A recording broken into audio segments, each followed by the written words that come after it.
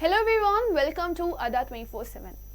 I'm Rebecca Aga and in this video session I am going to teach you a lesson of your first flight book.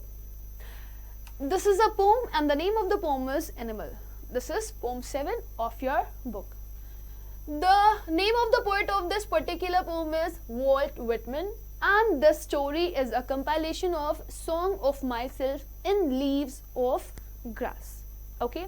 So my dear student, in this video session what we people are going to do is, here we will cover the whole explanation of the poem, we will cover all the hard words which will come in between, and we will cover here the poetic devices which will come in this poem.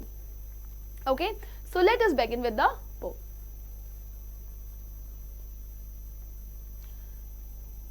So before starting this, I just want to give you an overview of this poem, what this poem is actually saying. Here the poet is doing what? Here the poet is doing a kind of comparison, right? और वो यहाँ पर मानते हैं कि जो animal है और जो ह्यूमन बीइंग है, they are far different from each other. जो ह्यूमन बीइंग है आजकल वो बहुत बदल गया है, वो बहुत ही चेंज हो गया है, उसके अंदर एक्चुअली ह्यूमैनिटी वाली क्वालिटी नहीं रही. इसी वजह से वो कहते हैं कि वो एनिमल को प्रेफरेंस देते हैं, एनिमल को वो ह्यूमन के ऊपर रखते हैं, और अगर उनको कभी रहने का मौका मिला तो वो ह्यूमन से ज्यादा एनिमल्स के साथ रहना पसंद करेंगे. तो इस पोम में उन्होंने क्या किया है, उन्होंने एनिमल्स की पॉजिटिव क्वालिटीज को शो किया है और साथ ही साथ में जो ह्यूमन बीइंग्स हैं उनकी नेगेटिव क्वालिटीज को शो किया है कि क्यों वो ह्यूमन बीइंग्स के साथ रहना पसंद नहीं करेंगे और वो एनिमल के साथ रहना पसंद करेंगे. So let us begin with the pome. I think I could turn and live with animals. They are so placid and self-contained. I stand and look at them long and long. So here the poet is saying what? I think, मैं सोचता हूँ, I could turn and live with animals. मैं जाऊँ और जाकर के किसके साथ रहना शुरू कर दूँ? जानवरों के साथ. क्यों? क्योंकि ये बहुत ही ज़्यादा placid होते हैं. What is the meaning of the word placid? Placid means calm, relaxed, peaceful and self-contained. और अपने में ही सीमित होते हैं. चार लोगों से जा करके चार तरह की बातें नहीं कर रहे होते. यहाँ पे पोइट सोचते हैं कि काश ऐसा हो जाए, काश ऐसा पॉसिबल हो कि मैं जाकर के कहाँ रहना शुरू कर दूं, जानवरों के साथ रहना शुरू कर दूं, क्योंकि उनके अंदर ह्यूमन क्वालिटीज बिल्कुल भी नहीं है. वो बहुत ही काम होकर के अपनी जिंदगी को जीते हैं, बहुत ही पीसफुल अपनी लाइफ जीते हैं और वो बहुत ही रिलैक्स्ड हैं और सिर्फ अपने आप में सीमित हैं. 10 तरह के लोगों से नहीं मिलते. I stand and look at them long and long. This means कि पोएट कहते हैं कि मैं जाता हूँ और जाकर के जानवरों के बीच में खड़ा हो जाता हूँ और फिर मैं लंबे समय तक उनको देखता रहता हूँ और इस तरह के ख्याल मेरे दिमाग में आते रहते हैं. क्यों? क्योंकि वो जब इन जानवरों को देखते हैं तो वो नोटिस करते हैं कि कैसे ये जो जानवर हैं वो ह्यूमन बीइंग से बहुत ज़्यादा डिफरेंट है. और यहाँ पर जो स्टेटमेंट लिखा हुआ है, I stand and look them long and long and long. This means the poet is admiring all the animals. Poet क्या कर रहे हैं? वो सारे के सारे जानवरों को एडमायर कर रहे हैं, बहुत अच्छे लग रहे हैं उनको वो सारे के सारे जानवर, क्योंकि वो रिलैक्स्ड हैं, काम है, पीसफुल हैं, उनके अंदर किसी तरह की कोई परेशानी नहीं है, वो अफरा तफरी की जिंदगी नहीं जी रहे. Now, they do not sweat and whine about their condition. They do not lie awake in the dark and weep for their sins. They do not make me sit discussing their duty to God.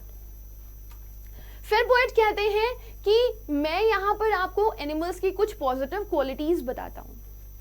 They do not sweat and whine. Whine means cry and complain. यहाँ पे वो बता रहे हैं कि जानवर बिल्कुल भी ह्यूमन बीइंग की तरह नहीं होते. जैसे ह्यूमन बीइंग हमेशा रोते रहते हैं, चिल्लाते रहते हैं और अपनी बार बार बातों को बताते रहते हैं कि मेरी ज़िंदगी में कितना ज़्यादा दुख है, कितनी ज़्यादा परेशानियां हैं, कितना ज़्यादा प्लाइट है और सबसे ज़्यादा दुखी मैं ही हूँ. जैसे उनके घर में कभी लाइट की फैसिलिटी नहीं होती, तो पानी की फैसिलिटी नहीं होती, तो फिर रोते हैं जगह जगह जा करके कि मैं बहुत परेशान हूँ, मैं बहुत असहाय हूँ, मैं बहुत गरीब हूँ. तो लेकिन यहाँ पर वो कह रहे हैं कि जितने भी जानवर हैं वो ऐसी ह्यूमन क्वालिटीज को पजेस नहीं करते. वो ह्यूमन बीइंग से बहुत ही ज्यादा डिफरेंट है, क्योंकि वो कभी भी लोगों के सामने जाकर के अपना रोना नहीं रोते. वो लोगों को ये नहीं बताते कि उनकी जिंदगी में कितनी ज्यादा परेशानियां हैं.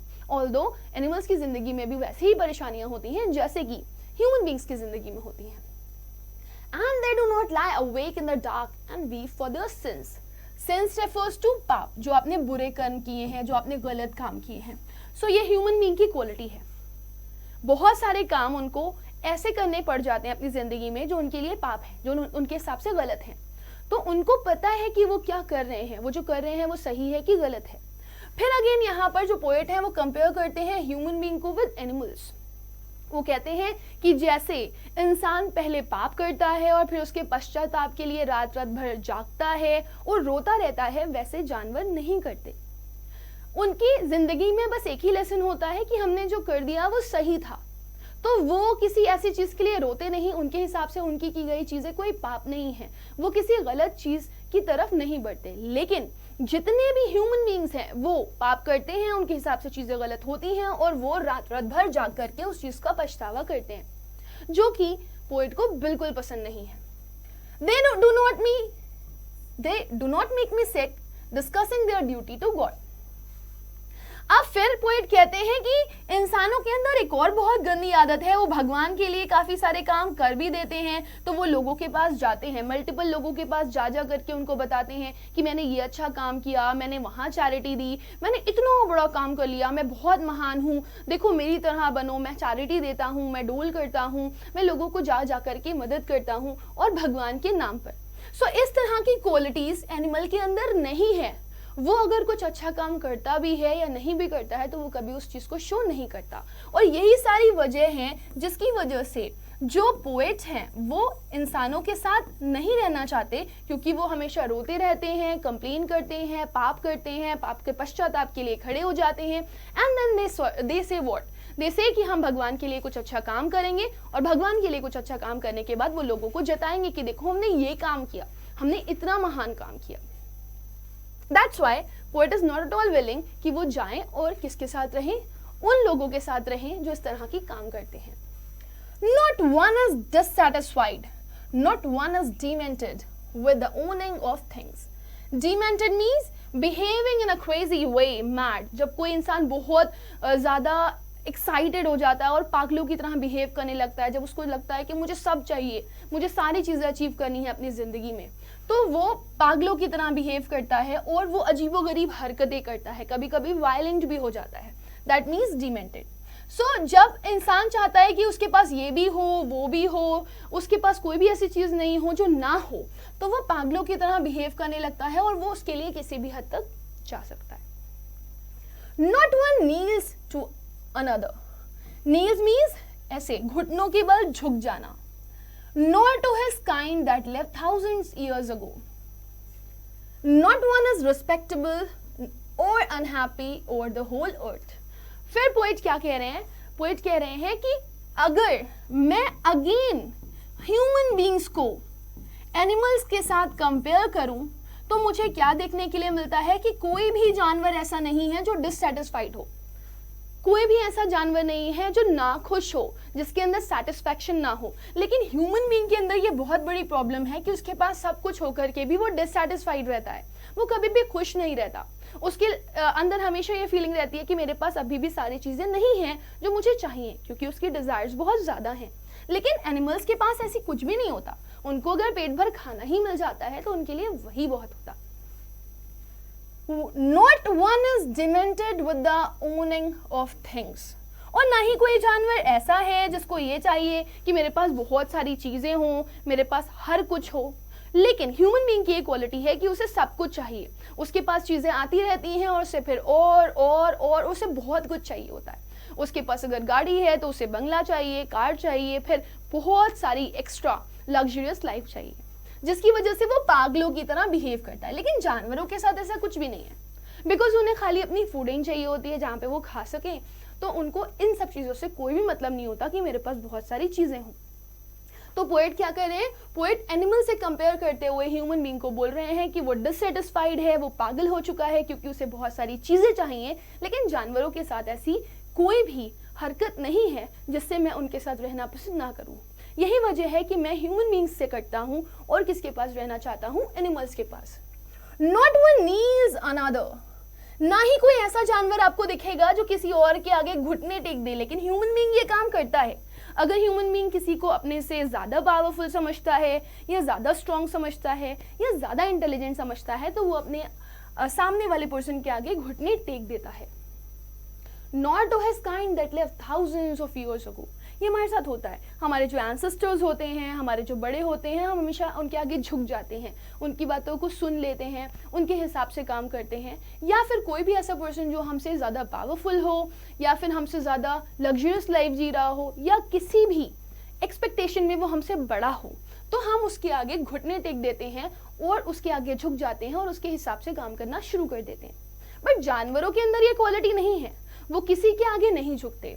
ऑल्दो उनके पेरेंट्स होते हैं, उनके भी ब्रदर एंड सिस्टर्स होते होंगे, बट उनके लिए रिलेशनशिप का कोई मतलब नहीं है. वो रिलेशंस को बहुत ऊंचा नहीं रखते. ह्यूमन बीइंग के अंदर ग्रीड है, एनिमल्स के अंदर ग्रीड नहीं है. ह्यूमन बीइंग्स अपने आप को समझते हैं कि कहीं ना कहीं वो किसी से कम है, तो वो सामने वाले पर्सन के आगे घुटने टेक देते हैं. लेकिन एनिमल्स के अंदर ऐसी कोई भी क्वालिटी नहीं है. वो सबको क्या समझते हैं? इक्वल. चाहे कोई बड़ा हो चाहे छोटा हो, उनके लिए हर कोई बराबर है. तो वो किसी भी पर्टिकुलर एनिमल में डिफरेंस नहीं देखते. नॉट वन इज रिस्पेक्टेबल, और यही वजह है कि उनके बीच में ना कोई बड़ा है ना कोई छोटा है, ना किसी को बहुत ज्यादा रिस्पेक्ट मिल रही है और ना ही कोई आपको ऐसा दिखेगा जो अनहैप्पी है ना खुश है. कि किसी ने मम्मी की बात मान ली, तो सपोज मैं हूं, मैंने मम्मी की बात मान ली लेकिन मम्मी की बात से मैं सेटिस्फाइड नहीं थी तो मैं ना खुश हो गई. तो ऐसा कुछ जानवरों में देखने के लिए नहीं मिलता. जानवर का जो मन करता है वो अपने हिसाब से करता है. उसे कोई अपने से बड़ा अथॉरिटेटिव पर्सन नहीं लगता और वो कभी भी नाखुश नहीं दिखता. पूरी दुनिया में अगर आप जाके देखोगे तो आपको सबसे नॉर्मल लाइफ जीता हुआ जो क्रिएचर दिखेगा वो एनिमल है. समझ में आ गया? Now let's move ahead. Here we have given another word and that is let's move ahead. Okay, now look at this. So they show their relations to me and I accept them. So they show their relations to me and I accept them. What does it mean? जैसे जानवर एक equal relationship के साथ सबके साथ आपस में रहते हैं, वैसे ही वो इक्वल रिलेशनशिप मेरे साथ भी रखते हैं, मेरे साथ भी वो वैसा ही बिहेव करते हैं. और यही वजह है कि जो हमारे राइटर हैं, हमारे जो पोएट हैं, वो एनिमल्स को एक्सेप्ट करते हैं और उनके साथ रहना चाहते हैं. They bring me tokens of myself, they evince them plainly in their possession. Bring me tokens, here tokens refers to the symbol of virtues and qualities. पहले के जो लोग होते थे उनके अंदर बहुत तमीज होती थी. They were kind, they were innocent, they have pity on others. वो दूसरों के लिए पिटी फील करते थे, दूसरों की मदद करते थे, वो हेल्पफुल होते थे. लेकिन आज कहीं ना कहीं ह्यूमन बींग्स के अंदर वो क्वालिटीज नहीं बची हैं. सो यहाँ पे ये जो टोकन वर्ड लिखा है, it refers to the symbol, virtues and qualities of the human being. Evince means show. They bring me tokens of my self. वो मेरे लिए क्या लेकर के आते हैं? वो वर्च्यूज लेकर के आते हैं, क्वालिटी लेकर के आते हैं, सिंबल्स. वो जो शो कर रहे हैं ना, वो काइंडनेस शो कर रहे हैं, वो हेल्पफुल हैं, वो बहुत ही नॉर्मल हैं. They show them plainly in their possession. I wonder where they get those tokens. Did I pass that way huge times ago and negligently drop them?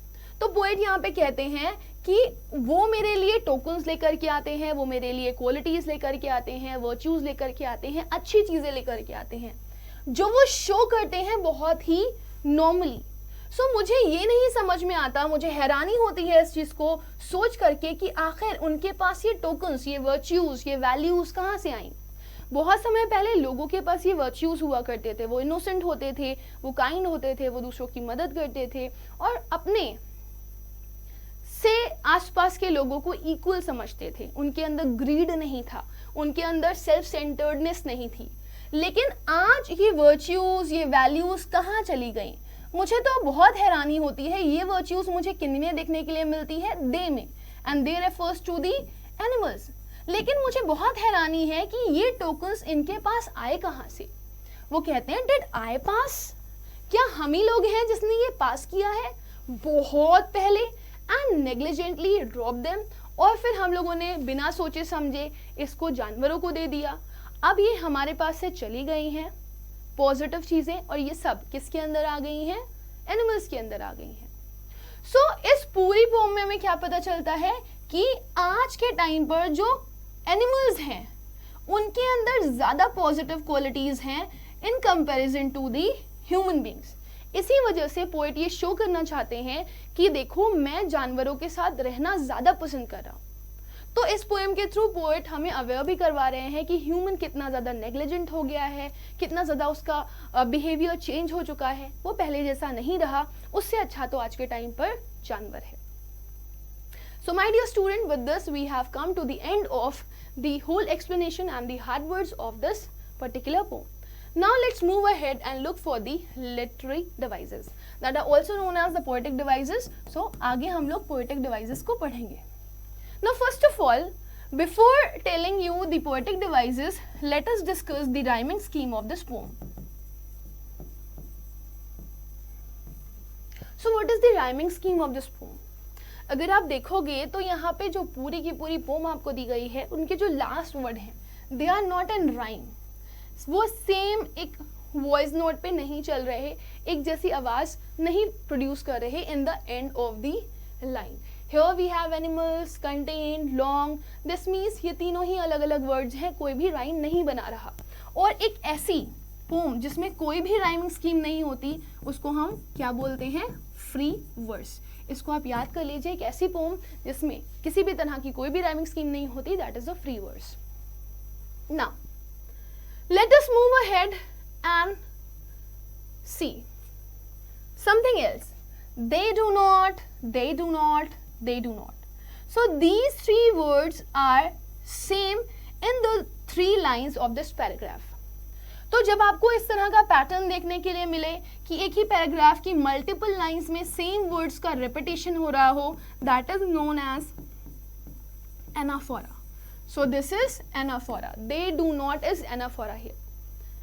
Then here is another poetic device, that is alliteration. This I told you a number of times. जब consonant sound का repetition word की starting में हो रहा होता है तो उसे alliteration बोलते हैं. म consonant है और ये दोनों ही consonants word के starting में आ रहे हैं, makes me. So ये alliteration है. This is alliteration. नेक्स्ट देखते हैं. अगेन आप देखो यहाँ पर आपको क्या देखने के लिए मिलेगा. Again you can see here anaphora. There is a repetition of not one, not one, not one in the first three lines of this paragraph, and these words are repeated in all the three lines. So this is anaphora. Okay. Now in the last one, if you see here we can see that their alliteration has been used. Again, alliteration is the consonant sounds repetition in the starting of the word. W, wonder, where. So this is alliteration. Now my dear student, we have completed with the literary devices also, and here we will end the session. I hope you people have liked the video and you people understand it really very well. So let us end the session. Bye everyone, but do not forget to like and share the session as much as possible. And if you are new, do subscribe ADA 24/7. Thank you.